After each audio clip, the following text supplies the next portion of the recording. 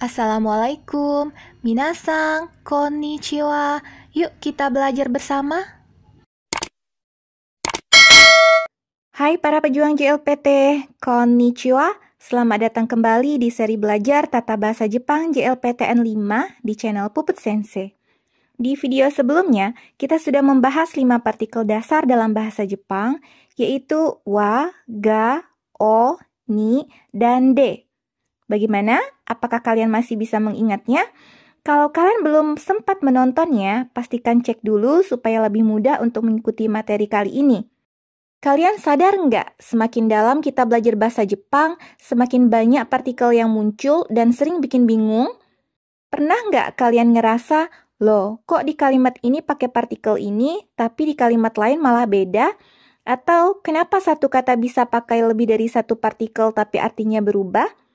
Nah, di video ini kita akan melanjutkan perjalanan kita dalam memahami materi tentang partikel dalam bahasa Jepang.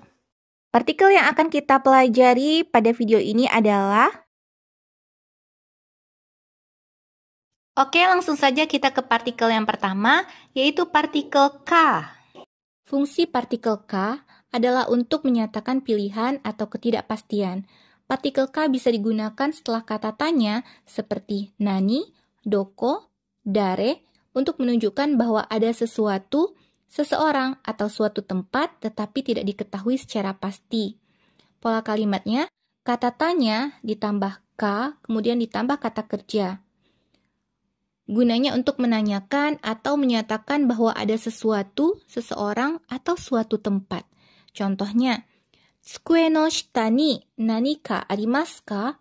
Apakah ada sesuatu di bawah meja? Kino, doko ka e ikimashita ka? Kemarin, apakah kamu pergi ke suatu tempat? Selanjutnya, penggunaan mo. Mo digunakan untuk menyatakan tidak ada sama sekali. Nah, dalam kasus ini, mo dilekatkan dengan kata tanya seperti nani, doko, atau dare, siapa, untuk menyatakan bahwa tidak ada sama sekali. Pola kalimatnya, kata tanya ditambah mo ditambah kata kerja bentuk negatif. Fungsinya adalah untuk menyatakan bahwa tidak ada sesuatu, seseorang, atau suatu tempat sama sekali. Contohnya, iie nani mo arimasen. Tidak ada apa-apa. Dokoe mo ikimasen deshita. Saya tidak pergi kemana-mana. Partikel mo juga digunakan untuk menunjukkan bahwa sesuatu berlaku juga untuk hal lain yang sudah disebutkan sebelumnya. Dalam bahasa Indonesia, mo bisa diartikan sebagai juga atau pun. Pola kalimatnya, yang pertama, a, mo, b, des. A juga b. Digunakan ketika subjek kedua memiliki kesamaan dengan subjek sebelumnya. Contoh, watashi wa gakusei desu. Ototo mo gakusei desu. Saya adalah siswa, adik laki-laki saya juga siswa. Pola kalimat kedua, a wa b desu. C mo b desu. A adalah B, C juga B. Digunakan untuk menyatakan dua hal memiliki karakteristik yang sama. Contohnya, Nihon ga suki desu. Kankoku mo suki desu. Saya suka Jepang, saya juga suka Korea. Pola kalimat yang ketiga, A mo, B mo, C desu. Baik A maupun B adalah C. Digunakan untuk menunjukkan bahwa kedua hal yang disebutkan sama-sama memiliki karakteristik yang sama. Contoh, ongaku mo, dorama mo, suki desu. Saya suka musik maupun drama. Pola keempat, A mo, B mo ditambah kata kerja. Baik A maupun B melakukan sesuatu. Digunakan ketika dua hal yang disebutkan melakukan tindakan yang sama. Contoh, Tanaka-san mo, Yamada-san mo eiga o mimashita. Baik Tanaka maupun Yamada menonton film. Partikel mo juga bisa ditambahkan dengan beberapa partikel lain seperti ni, de, e, to, dan kara untuk menyatakan bahwa sesuatu juga berlaku untuk hal lain. Contoh perubahan bentuknya adalah ni ditambah mo menjadi nimo. D ditambah mo menjadi demo. E ditambah mo menjadi emo. To ditambah mo menjadi tomo. Kara ditambah mo menjadi karamo. Yang pertama, nimo menyatakan bahwa sesuatu berlaku untuk lebih dari satu tempat atau orang. Misalnya, Kyoto ni ikimasu, Nikko ni mo ikimasu. Saya akan pergi ke Kyoto. Saya juga akan pergi ke Nikko. Tomodachi ni mo, sensei ni mo kikimashita ga wakarimasen deshita. Saya bertanya kepada teman saya dan juga kepada guru, tapi tidak ada yang tahu. Emo menyatakan bahwa sesuatu berlaku untuk lebih dari satu arah atau tujuan. Misalnya, Amerika emo, Eropa emo ikimashita. Saya pernah pergi ke Amerika dan juga ke Eropa. Selanjutnya, tomo menyatakan bahwa sesuatu dilakukan bersama lebih dari satu orang. Contoh kalimatnya, Biru-san to hanashimashita. Sore kara Kimu-san to mo hanashimashita. Saya berbicara dengan Bill dan saya juga berbicara dengan Kim. Partikel yang selanjutnya adalah karamo, menyatakan bahwa sesuatu berasal dari lebih dari satu tempat. Contoh kalimat, Amerika karamo, Chugoku karamo, ryugakusei ga kimasu. Mahasiswa asing datang dari Amerika dan juga dari Cina. Jadi, partikel mo bisa ditambahkan ke beberapa partikel untuk menunjukkan tambahan. Struktur ini sangat berguna dalam percakapan sehari-hari untuk menyatakan juga atau baik titik-titik maupun titik-titik. Partikel ni, de, e, to, kara ditambah wa. Ketika partikel seperti ni, de, e, to, dan kara digabungkan dengan wa, fungsinya adalah untuk memberikan penekanan pada informasi tertentu. Contohnya, uchi de wa 2 jikan gurai benkyou shimasu. Saya belajar sekitar 2 jam di rumah. Di sini, dewa memberikan penekanan bahwa yang ditekankan adalah di rumah. Restoran dewa tabemasen. Saya tidak makan di restoran. Jadi penekanan ada pada kata tempat, yaitu tempat restoran. Kemudian partikel ni ditambah wa. Contoh kalimatnya, ie ni wa arimasen. Di rumah tidak ada. Partikel de ditambah wa. Contoh kalimatnya, restoran dewa tabemasen. Tidak makan di restoran. Partikel to ditambah wa. Chichi to wa amari ikimasen. Jarang pergi dengan ayah. Kita masuk ke tahap berikutnya dari partikel yang kita pelajari, yaitu partikel kara dan made. Partikel kara digunakan untuk menunjukkan titik awal, baik tempat maupun waktu. Sedangkan partikel made digunakan untuk menunjukkan titik akhir, baik tempat maupun waktu. Untuk tempat, contoh kalimatnya adalah Raishu, kuni kara chichi ga kimasu. Minggu depan, ayah saya akan datang dari negara saya. Dan untuk menunjukkan waktu, contoh kalimatnya adalah Konban 8 ji kara terebi o mimasu. Malam ini mulai jam 8 akan menonton TV. Sedangkan untuk tempat yang ditambah made, contoh kalimatnya adalah Kono hikoki wa London made ikimasu. Pesawat ini akan pergi sampai ke London. Contoh kalimat waktu ditambah made, 5 ji made kaisha de hatarakimasu. Bekerja di perusahaan sampai jam 5.30. Titik-titik kara, titik-titik made sama-sama digunakan untuk menunjukkan rentang waktu atau tempat. Selanjutnya, contoh kalimat untuk titik-titik kara, titik-titik made yang menunjukkan rentang waktu adalah Natsuyasumi wa 7月20日から8月31日までです。Liburan musim panas dari tanggal 20 Juli sampai 31 Agustus. Jadi kesimpulannya, kara dan made ini digunakan untuk menunjukkan titik awal dan akhir baik untuk tempat maupun waktu. Minasang, kita masuk ke partikel to. Partikel to memiliki 3 fungsi yang akan kita bahas kali ini. Yang pertama adalah menghubungkan kata benda. Yang kedua, menunjukkan bahwa suatu kegiatan dilakukan bersama seseorang. Yang ketiga, digunakan untuk menunjukkan interaksi dengan orang lain. Oke, kita masuk ke pembahasan yang pertama. Partikel to digunakan untuk menghubungkan kata benda. Jadi kata benda satu ditambah to ditambah kata benda kedua. Partikel to ini dalam bahasa Indonesia mirip dengan kata dan. Contohnya, hong to no to kaimashita. Saya membeli buku dan notebook, buku catatan. Kesa, pang to yasai o tabemashita. Pagi ini saya makan roti dan sayur. Selanjutnya fungsi yang kedua adalah melakukan sesuatu bersama. Pola kalimatnya adalah orang ditambah to tambah dengan kata kerja yang melakukan sesuatu bersama. Contoh kalimatnya, Yasumi no hi wa kodomo to issho ni asobimasu. Saya bermain dengan anak-anak saya pada hari libur. Fungsi yang ketiga partikel to adalah digunakan untuk menunjukkan interaksi dengan orang lain, misalnya bertemu, berbicara, atau menikah. Pola kalimatnya adalah orang ditambah to ditambah aimasu, hanashimasu, atau kekkon shimasu. Contohnya, imoto wa kaisha no hito to kekkon shimasu. Adik perempuan saya menikah dengan orang dari perusahaannya.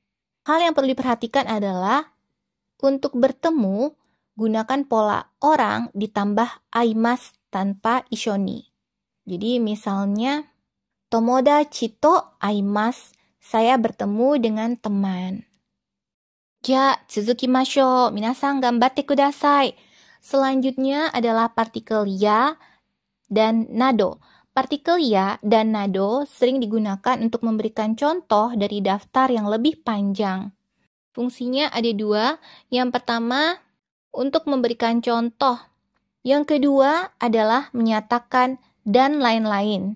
Mari kita masuk ke fungsi yang pertama, yaitu untuk memberikan contoh. Ya berfungsi seperti dan atau misalnya, namun menunjukkan bahwa masih ada yang tidak disebutkan. Pola kalimatnya adalah titik-titik ya ditambah titik-titik ya. Ya berfungsi sebagai dan atau misalnya, namun menunjukkan bahwa masih ada lagi hal yang tidak disebutkan dalam kalimat tersebut. Contohnya, niwa ni akai hana ya kiroi hana ga saite imasu. Ada bunga merah, bunga kuning, dan lain-lain yang sedang mekar di taman. Namun, lain-lain di sini tidak disebutkan bunga apa. Jadi, untuk menyatakan hal seperti ini, kita menggunakan pola kalimat titik-titik ya, titik-titik ya. Yang kedua adalah menyatakan dan lain-lain dengan menggunakan pola kalimat titik-titik ya, titik-titik nado. Kombinasi ya dan nado menekankan bahwa masih ada lebih banyak lagi dalam daftar yang tidak disebutkan dalam kalimat tersebut. Contohnya, kabang no naka ni hankachi ya megane ya kagi nado ga arimasu. Di dalam tas ada sapu tangan, kacamata, kunci, dan lain-lain. Hal yang perlu diperhatikan adalah perbedaan penting antara to dengan ya. To digunakan untuk menghubungkan dua hal secara spesifik dan lengkap. To tidak bisa digunakan untuk daftar yang tidak lengkap. Maksudnya kata benda yang seharusnya ada tapi tidak disebutkan. Kita tidak bisa menggunakan partikel to untuk hal tersebut. Sedangkan ya digunakan untuk daftar yang sebagian, menunjukkan masih ada hal lain. Partikel ya ini cocok digunakan untuk contoh yang tidak lengkap atau ketika kita tidak ingin menyebutkan semuanya. Jadi hanya mengambil suatu contoh sebagai perwakilan dari hal-hal lain yang disebutkan. Berikutnya adalah partikel K. Sebelumnya kita sudah membahas sedikit tentang partikel K yang ditambahkan setelah kata tanya. Namun dalam konteks ini partikel K tidak memiliki arti seperti itu. Nah, fungsi dari partikel K dalam konteks ini adalah digunakan untuk menunjukkan pilihan antara dua hal. Pola kalimatnya adalah kata benda satu ditambah K ditambah kata benda 2. Contohnya, Natsuyasumi ni umi ka yama e ikimasu. Artinya, saya akan pergi ke pantai atau gunung saat liburan musim panas. Daigatsu Seoul e ikimasu. Chichi ka haha to issho ni ikimasu. Saya akan pergi ke Seoul bulan depan bersama ayah atau ibu. Enpitsu ka bolpen de kaite kudasai. Silakan tulis dengan pensil atau ballpoint. Fungsi partikel ka selanjutnya adalah menunjukkan ketidakpastian. Pola kalimatnya adalah kata kerja 1 ditambah ka, kata kerja 2 ditambah ka, kemudian ditambah wakarimasen. Pola kalimat ini digunakan untuk menunjukkan ketidakpastian antara dua pilihan. Contohnya, sa, nomu ka, nomanai ka, wakarimasen. Saya tidak tahu apakah dia minum atau tidak. Sari-san wa kyou kimasu ka, kimasen ka? Apakah Sari hari ini akan datang atau tidak? Sa, kuru ka, konai ka, wakarimasen. Saya tidak tahu apakah Sari hari ini akan datang atau tidak. Partikel ka digunakan untuk menyatakan ketidakpastian mengenai apa, siapa, kapan, atau di mana sesuatu terjadi. Pola kalimatnya adalah kata tanya seperti nani, apa, dare, siapa, itsu, kapan, doko, di mana, ditambah ka, wakarimasen. Contoh kalimatnya, testo wa itsu desu ka? Kapan tesnya? Sa, itsu ka wakarimasen. Saya tidak tahu kapan tesnya.